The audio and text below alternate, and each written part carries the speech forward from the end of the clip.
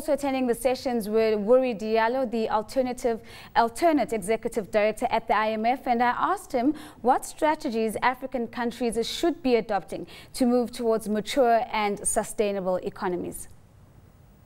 It goes to the core of right now the agenda in Africa that both the African Development Bank, that's what is playing a leading role in really shaping a new agenda to take advantage of the momentum that the continent is really going through, to see how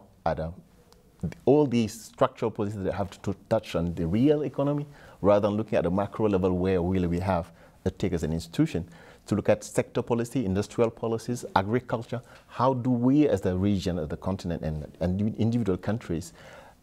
climb the value chain in different areas to be able to power internally growth and be part really of the global economy in terms of investment, in terms of trade, and that really needs to be unpacked at a regional level because the fund doesn't have really an expertise into those areas. The World Bank and the African Development Bank and other institutions on the continent outside can support countries in their strategies really to transform themselves to really be able to sustain the growth really on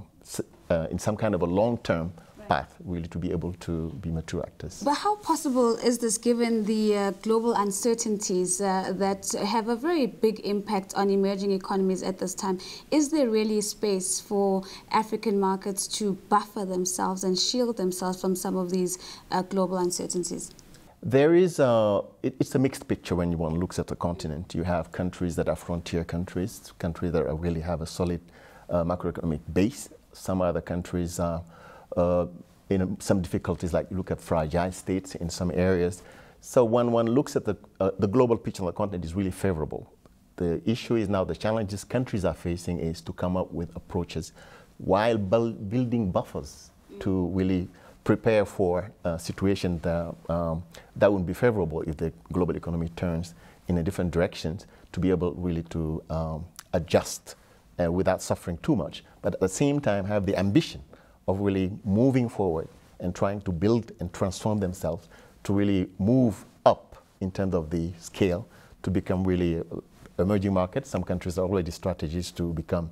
emerging markets in a horizon of 10 years, or some others have really shorter terms. But there is a process of graduation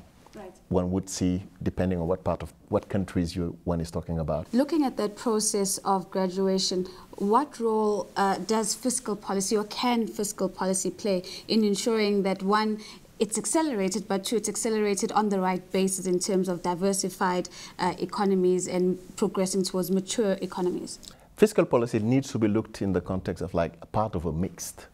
of policies. What is important, I think, is having a macro stability at the base, having buffers to be able to adjust if the circumstances change. But at the same time, most of the countries need right now to have investment programs that are conducive or supportive of the transformation we're talking about and the growth that needs to be sustained and be less dependent on really the boom in commodity markets and some other things, but be able to start to change the structure of the economy, having investment programs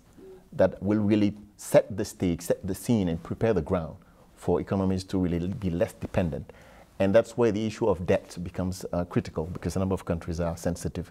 to some of these external shocks, where after the HIPIC program, more debt relief that a number of countries has benefited from,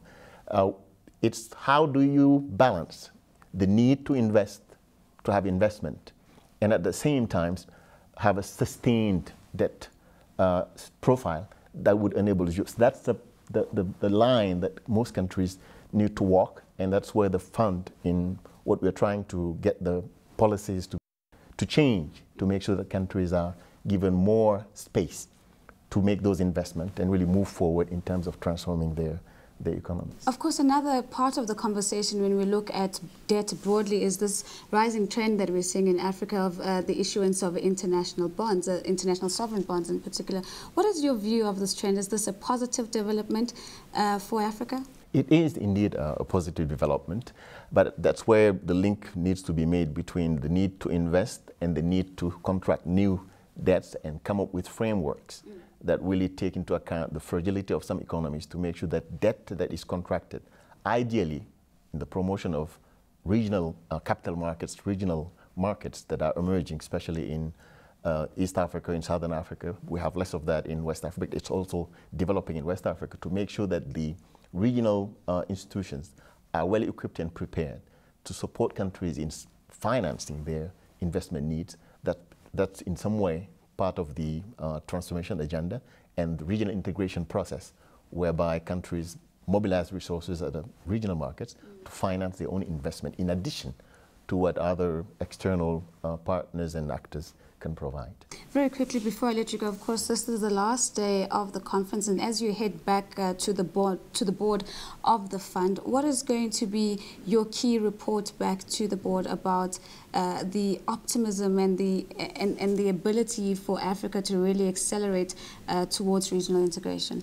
I think the message would be one that is resonating very loudly when one comes on the continent, coming from Washington, which is Africa is ready to move forward,